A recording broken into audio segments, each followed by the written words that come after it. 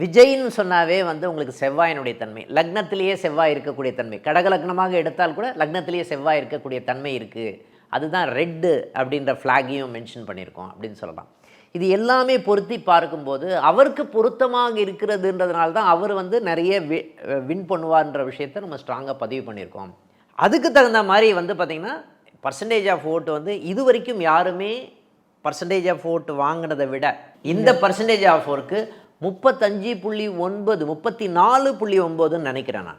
அந்த லெவலுக்கு ஓட்டை வந்து வந்திருக்காரு அப்படின்ன மாதிரி நிகழ்வு இது வரைக்கும் யாரும் அந்த பர்சன்டேஜ் ஆஃப் ஓட்டு வாங்கலை அப்படின்ன மாதிரி நிகழ்வும் இருக்கா அப்படின்னா இருக்குன்னு சொல்லலாம். ஏன்னா அந்த அளவுக்கு தன்மையை வந்து நம்ம வந்து எடுக்க முடியுமா ஏஎல்பியில் அப்படின்னு சொல்லும்போது எடுக்க முடியும்.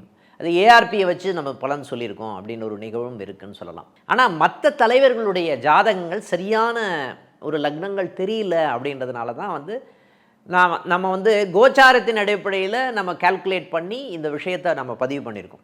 அங்கே இருக்கக்கூடிய நிகழ்வுகள் தான் நம்ம பதிவு பண்ணியிருக்கோமே தவிர நம்ம யாருக்கு சப்போர்ட் பண்ணுறோம் அப்படின்ற ஒரு நிகழ்வுகள் அங்கே இல்லை. கண்டிப்பாக ஓகேங்களா? ஏன்னா சப்போர்ட் பண்ணுறதுக்கும் நம்ம வந்து ப்ரெடிக்ட் பண்ணுறதுக்கும் வித்தியாசம் இருக்குது.